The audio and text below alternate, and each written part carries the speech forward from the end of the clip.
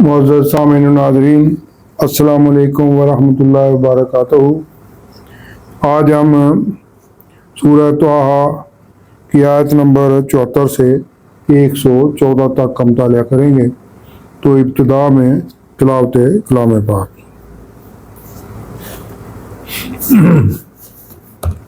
اعوذ باللہ من الشیطان الرجیم، بسم اللہ الرحمن الرحیم۔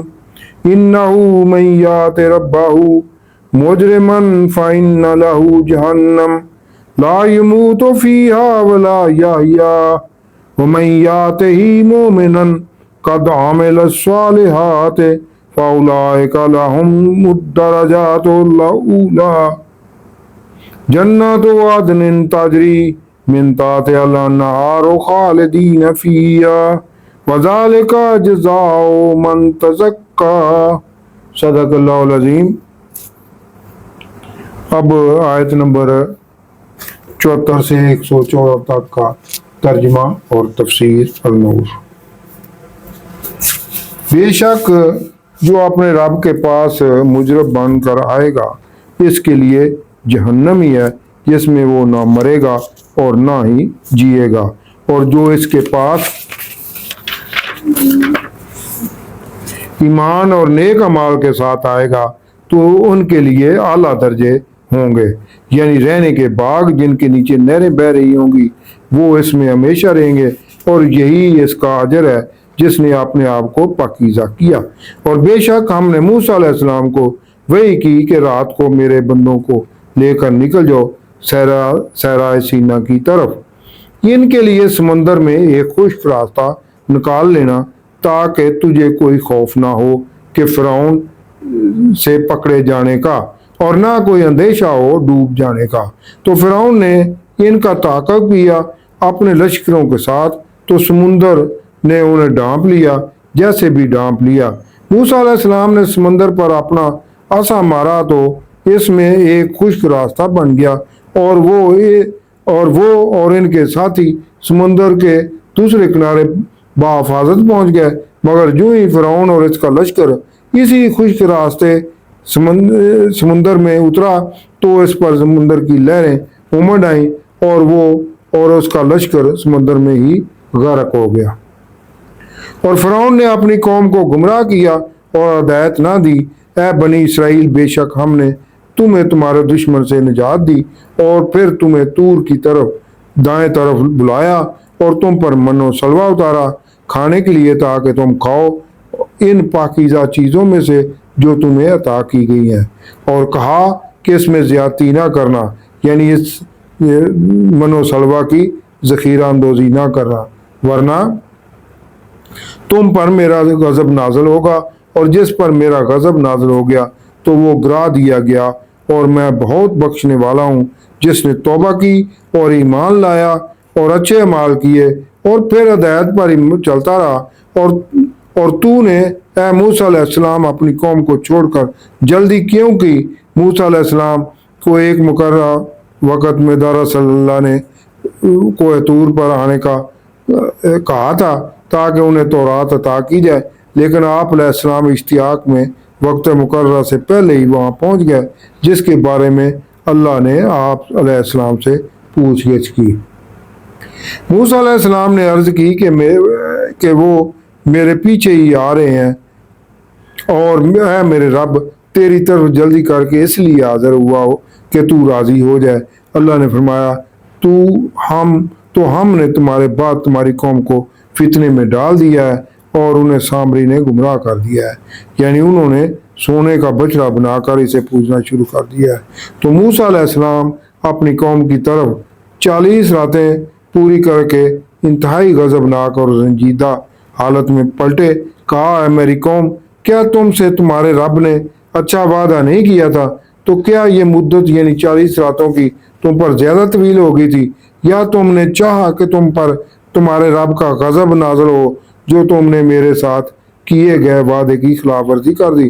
بنی اسرائیل نے جواب دیا کہ ہم نے آپ سے وعدے کی خلاف ورزی اپنے اختیار سے نہیں کی، لیکن ہم سے کچھ بوجھ اٹھوائے گئے اس قوم کے زیورات کے، तो हमने उन्हें आग में फेंक दिया, और इसी तरह सामरी ने भी कुछ फेंका। पिघले हुए सोने से जब सामरी ने बछड़ा बना लिया तो इसने जिब्राइल अलैहिस्सलाम के कदमों से उठाई हुई मिट्टी इसके मुंह में डाल दी। फिर इन जेवरात से इनके लिए एक बछड़ा निकाला। ये बेजान दाढ़ गाय का तरह बोलता हुआ। तो इसने कहा कि ये है तुम्हारा माबूद और मूसा अलैहिस्सलाम का भी माबूद, मगर वो मूसा अलैहिस्सलाम के हकीकी माबूद को भूल गए। तो क्या वो देखते नहीं थे कि वो बछड़ा इनकी किसी बात का जवाब नहीं देता था, और ना ही इसे इनको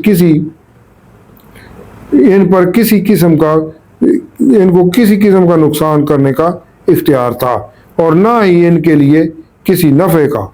और बेशक इन बनी इसराइल से हारून अलैहिस्सलाम ने कहा था, क्या मेरी कौम, तुम्हें तो इस बछड़े से फितने में डाल दिया गया है, और बेशक तुम्हारा रब तो रहमान है, तुम मेरी पैरवी करो और मेरा हुक्म मानो। उन्होंने कहा, हम तो इसी पर इत्काफ करते रहेंगे जब तक मूसा अलैहिस्सलाम खुद हमारे पास वापस ना आ जाएं। मूसा अलैहिस्सलाम ने कहा कि हारून, तुझे किसने रोका था जब तुमने इन्हें गुमराह होते देखा कि तुमने मेरी पैरवी ना की, या फिर तुमने भी मेरे हुक्म की नाफरमानी की है।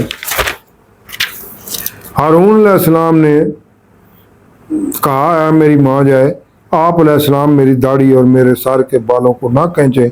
मुझे तो ये अंदेशा था कि आप अलैहिस्सलाम ये ना कहें कि तुमने बनी इसराइल में तफरका डाल दिया और तुमने मेरी बात यानी हुक्म का इंतजार नहीं किया। फिर मूसा अलैहिस्सलाम ने कहा कि ऐ सामरी, तुम्हारा क्या मामला है कि तूने जो बछड़ा बनाकर कौम को गुमराह कर दिया है। इसने कहा कि मैंने वो देखा जो लोगों ने ना देखा था, फ़िरौन के गर्क होते वक़्त जहाँ जिब्राइल अलैहिस्सलाम की सवारी के पांव पड़ते वहाँ सब्ज़ा उगाता था, तो मैंने वहाँ से एक मुट्ठी मिट्टी की ले ली फरिश्ते के निशाने कदम से, फिर इसे डाल दिया बछड़े के मुंह में, और मेरे नफ्स ने मुझे यही रास्ता बताया। मूसा अलैहिस्सलाम ने कहा, दफा हो जाओ, अब जिंदगी भर तुम्हारी यही सजा है कि तुम कहते रहोगे कि मुझे कोई ना छुए, और तुम्हारे लिए एक वादा है जिसकी हरगिज़ खिलाफ वर्जी ना की जाएगी। और अपने इस माबूद को देखो जिसके सामने तुम इत्काफ करते रहे हो, हम इसको जलाकर टुकड़े टुकड़े करके समुद्र में फेंक देंगे। तुम्हारा माबूद तो वही है जिसके सिवा किसी की इबादत नहीं है, इसका इल्म हर चीज़ पर मोहित है। ये वाक़यात बताने के बाद हजूर नबी करीम सल्लल्लाहु अलैहि वसल्लम को अल्लाह रब्बुल इज़्ज़त मुखातब हो रहे हैं, और हम ऐसे ही आप सल्लल्लाहु अलैहि वसल्लम को गुजरे हुए वाक़यात सुना रहे हैं, और हमने आप सल्लल्लाहु अलैहि वसल्लम को अपने पास से ख़ास जिक्र कुरान अता किया है। जो इससे मुंह फेरेगा तो वो क़यामत के दिन एक भारी बोझ उठाएगा, वो हमेशा इसी हालत में रहेगा, और क़यामत के दिन इनके लिए बहुत बुरा बोझ होगा जिस दिन सूर फूंका जाएगा। इस दिन मुजरमों को ऐसे इकट्ठा करके करेंगे कि इनकी आंखें नीली होंगी, आपस में चुपके कह रहे होंगे कि तुम दुनिया में नहीं रहे हो मगर 10 रातें। हम खूब जानते हैं जो वो कह रहे होंगे, जबकि इनमें से सबसे बेहतर राय वाला कहेगा कि तुम दुनिया में सिर्फ एक ही दिन रहे हो। और आप सल्लल्लाहु अलैहि वसल्लम से पहाड़ों का पूछते हैं ये कुफार कि क़यामत के दिन इनका क्या होगा। आप सल्लल्लाहु अलैहि वसल्लम फरमा दें कि इन्हें मेरा रब पाश पाश करके उड़ा देगा, फिर ज़मीन को हमवार कर दिया जाएगा कि तुम इसमें ऊंचा नीचा कुछ नहीं देखोगे। इस दिन पुकारने वाले के पीछे सब दौड़ेंगे और इसमें कज्जी ना होगी, यानी इससे कोई इनराफ नहीं कर सकेगा, और सब आवाज़ें रहमान के सामने पस्त होकर रह जाएंगी। अल्लाह का जलाल ऐसा होगा कि कोई भी बोलने की हिम्मत नहीं कर सकेगा, तो तू ना सुनेगा मगर बिल्कुल आहिस्ता आवाज़। इस दिन किसी की शिफात काम ना देगी मगर इसकी जिसे रहमान ने इजाज़त दे दी है।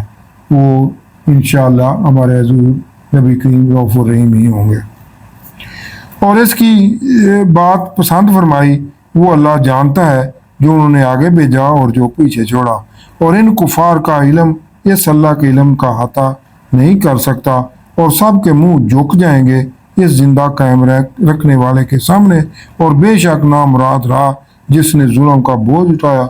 और जो नेक काम करेगा और हो अहले ईमान, तो इसे ना किसी ज्यादती का खौफ होगा, ना ही किसी नुकसान का।